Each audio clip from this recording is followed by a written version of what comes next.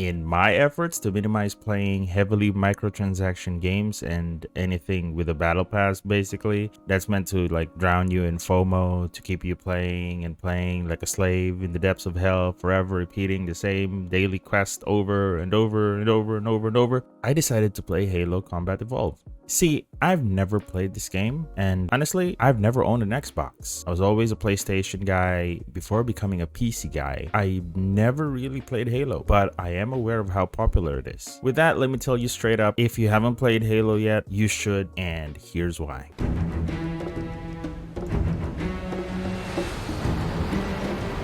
Released in November of 2001, Halo Combat Evolved was released to critical acclaim and has stayed relevant and popular to this day. It is considered as one of the few games that revolutionized the FPS genre. So what I really liked about this game is that the title created a very compelling and very well-made universe. One that I would actually continue to enjoy in the next couple of games in the franchise, which I'll probably make a separate video for. The design for the game is subtle and simple, yet executed with such expertise that seemingly makes you say things like, yeah, it should be like that. Why can't other games be like that? It also contains interlocking elements from the world building to the enemy AI, the combat, and even the soundtrack that when melded together just makes the game so enjoyable from start to finish. Its design, generally speaking, seems to have the basic mechanics and ideas. You walk around, it's a first-person shooter, you see enemies, you shoot it with your gun, you kill them with your gun. Pretty standard, right? But there's something about the way all these elements are presented to you as you slip into the helmet of this unnamed soldier that in many ways seem to elevate the game to a whole new level of experience. One of those elements would be first the narrative. Once again, it is our job to finish what the Fly Boys started. We are leaving this ship platoon and engaging the Covenant on solid ground. When we meet the enemy, we will rip their skulls from their spines and toss them away laughing. Am I right, Marines?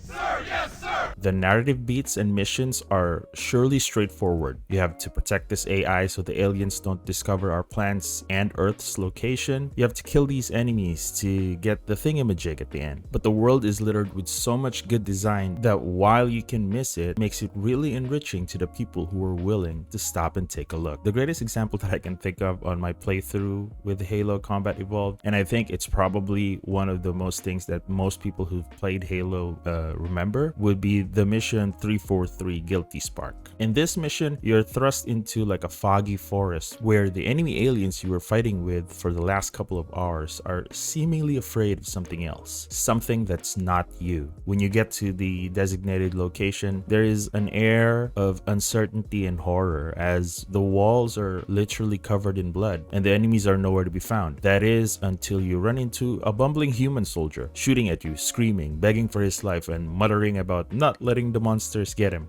And that's when it hits you.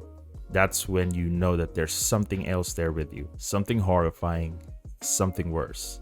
And then you are introduced to the Flood, a parasitic alien that takes over any biological creature and transforms them into monstrosities, kind of like the Zerg in StarCraft, but not really. This level really shows you how the game efficiently tells you the story, even without a wall of text and dialogue. The soundtrack, that is now incredibly iconic, does a great deal of heavy lifting to elevate you and make you feel what it is to be on the ground with the Master Chief. The soundtrack is also expertly sprinkled throughout all the missions and become an equally important part of the series' lore, without losing its charm after being used multiple times in the series. Playing as the Master Chief, an augmented super soldier called the Spartan, efficiency is the name of the game, and the level design clearly sets this up for you. Enemies are placed in the right way that leads the players to the objectives despite not having any markers to hold your hand, giving you a sense of freedom that you would think you would only get on open world games. Some of the level design, except for a few repetitive map layouts here and there, are littered with a variety of enemy design and expertly crafted AI that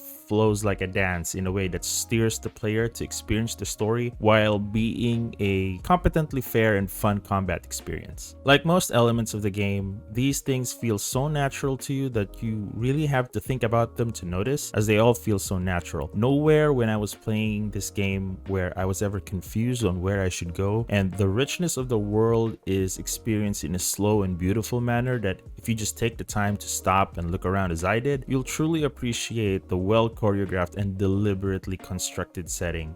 Nowhere is this well choreographed and deliberate construction more clear than the complex journey that the Master Chief takes. The story starts and ends at the Pillar of Autumn, the ship that narrowly escapes the alien Covenant attack and through desperation decides to land into this unknown Halo installation. You play the game in a sequence of events that essentially makes you work back through the locations in reverse, which further highlights the expertly crafted level design that works both ways when executed both from the front and the back. The gunplay in Halo Combat Evolved is where Halo truly shines. For a 2001 game, it sets the standards to what most FPS shooters consider as norm. Back in the day, shooters would have access to all their guns, like arcade shooters. However, Halo decided to introduce the 2-gun limit, where you'd only be able to carry 2 guns, which forces the players to play with purpose, whether to go with snipers or RPGs, assault rifles or DMRs, human weapons or alien weapons. This restriction actually makes the game feel better because you always have to think about what to do and you always have to plan about how you want to play